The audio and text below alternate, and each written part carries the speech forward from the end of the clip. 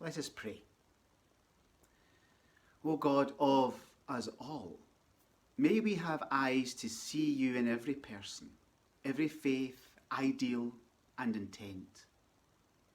May we find you in love and not doctrine, in community and not creed. And in that faith, gather up all people in our prayers today, our families and friends, and the worries we have, the longing to be close again.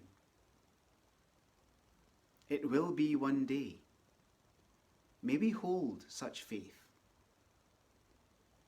Gather up all people from hospital staff to care home staff, from porters to managers, from posties to service workers, shopkeepers and assistants to home carers and teachers, and the longing to work together again. It will be one day. May we hold such faith.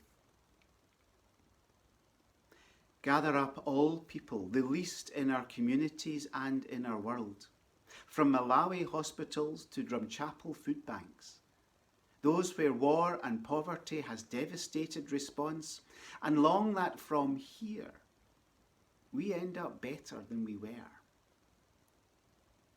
It will be one day. May we hold such faith. Gather up all people, residents and neighbours, clapping and appreciating a community that has shifted, an experience that changes us, a thanksgiving for each helper, each person who has given their time, imagination and love. It is the beginning of our prayers, that together we live in each other, our futures and life bound up in each other. Our words of prayer begin today, but the real prayer begins being lived out from now. Hear our prayer. So be it. Amen.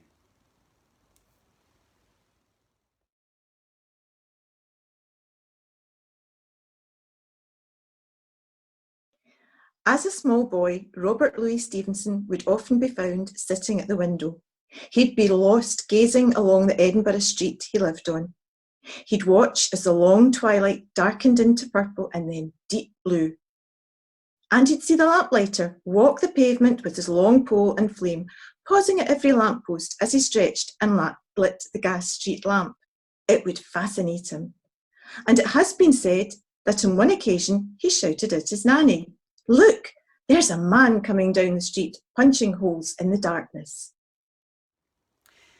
Let us not ever give up hope, for this is the time of more hope than we have known in a generation, to move us and punch holes in the darkness with what is now possible, the way we are closer, the way differences feel less, the way we see now the failings in our institutions that we have now a chance to correct and regrow.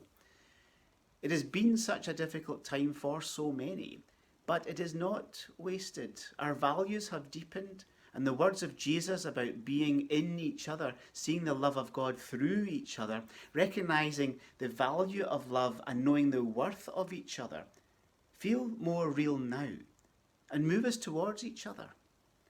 We will be better after this is a genuine possibility we haven't had in a long time.